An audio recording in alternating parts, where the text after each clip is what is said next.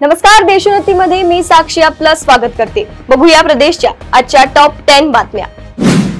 बारामती तालुक्यातील माडेगाव सहकारी साखर कारखान्याच्या पंचवार्षिक निवडणुकीत उपमुख्यमंत्री अजित पवार यांच्या श्री नीळकंठेश्वर पॅनलने पहिल्याच फेरीत दमदार यश मिळवलंय।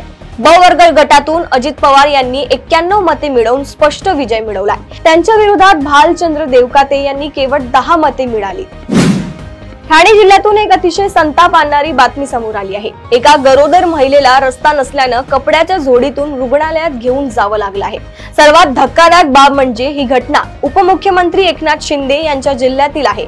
मुंबईपासून केवळ 73 किलोमीटर अंतरावर असलेल्या शहापूर तालुक्यातील नडगाव गावात स्वातंत्र्याच्या 78 वर्षांनंतरही रस्ता नाहीये।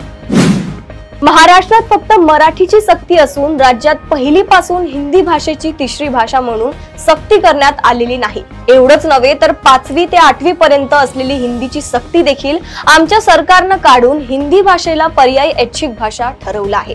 मराठी अनिवार्य केलेली असताना पर्याय म्हणून अन्य भाषा नको पण हिंदी नको ही भूमिका चुकीची आहे। आम्ही मराठीसाठी कट्टर आहोत पण विद्यार्थीही डावलून नाही, असं सांस्कृतिक कार्य मंत्री आशिष शेलार यांनी सांगून राज्य सरकारची भूमिका स्पष्ट केली। पंढरीची वारी म्हणजे लाखो वारकऱ्यांसाठी भक्तीचा सण आहे। वारीमध्ये संत ज्ञानेश्वर आणि संत तुकारामांच्या पालखीत संतांच्या पादुका पंढरपुरातील विठ्ठलांच्या भेटीसाठी नेल्या जातात। आता सावळ्या विठ्ठलाचे रूप डोळे भरून पाहण्यासाठी संत वामनभाऊ महाराज यांचा पालखी सोहळा पंढरपूरकडे प्रस्थान करणार आहे। छत्रपती संभाजीनगरमध्ये एक दुःखद घटना घडली आहे। राज्य परिवहन मंडळातून निवृत्त झालेल्या एका 60 वर्षीय महिलेचा विजेचा शॉक लागून मृत्यू झालाय। मंगला मधुकर बोडके असे त्यांचे नाव आहे। पिठाची गिरणी सुरू करत असताना 23 जून रोजी ही दुर्घटना घडली। मिल कॉर्नर ते खडकेश्वर रस्त्यावर ही घटना घडली आहे। मुख्यमंत्री देवेंद्र फडणवीस यांच्या महत्त्वाकांक्षी ई कॅबिनेटला लवकरच मुहूर्त मिळण्याची संकेत आहे। त्यासाठी आवश्यक असणाऱ्या आयपॅड खरेदीसाठी राज्य सरकारने नव्या कंत्राटदारांची नियुक्ती करण्याचा निर्णय नुकताच जाहीर केलाय। या निर्णयानुसार आता आयपॅड खरेदीची जबाबदारी इनोव्हेटिव्ह टेकअप कडे देण्यात आली आहे। त्यामुळे राज्य मंत्रिमंडळाच्या ई कॅबिनेटची बैठक लवकरच घेतली जाईल, अशी माहिती मंत्रालयातील सूत्रांनी दिली। राज्य परिवहन महामंडळाच्या श्वेतपत्रिका काढून तोट्याची कारणे आणि उपाययोजना निश्चित करण्यात आल्या आहेत। त्याची योग्य अंमलबजावणी करत पुढील 4 वर्षात एसटी महामंडळाला नफ्यात आणण्यासाठी प्रयत्न करण्यात येतील, असे परिवहन मंत्री आणि एसटी महामंडळाचे अध्यक्ष प्रताप सरनाईक यांनी स्पष्ट केले।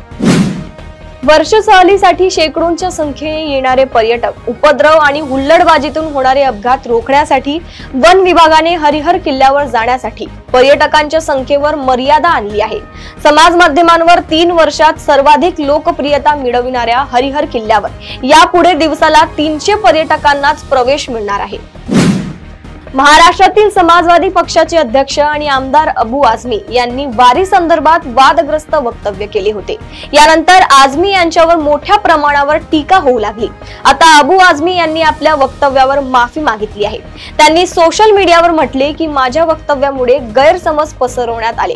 माझे वक्तव्य तोडून मोडून दाखवले गेले। माझ्या वक्तव्यामुळे वारकरी संप्रदायाच्या भावनांना ठेच पोहोचली असेल तर मी माझे शब्द मागे घेतो, माफी मागतो। कोणाच्याही धार्मिक भावना दुखावण्याचा माझा हेतू नव्हता, असे आझमी यांनी म्हटले आहे।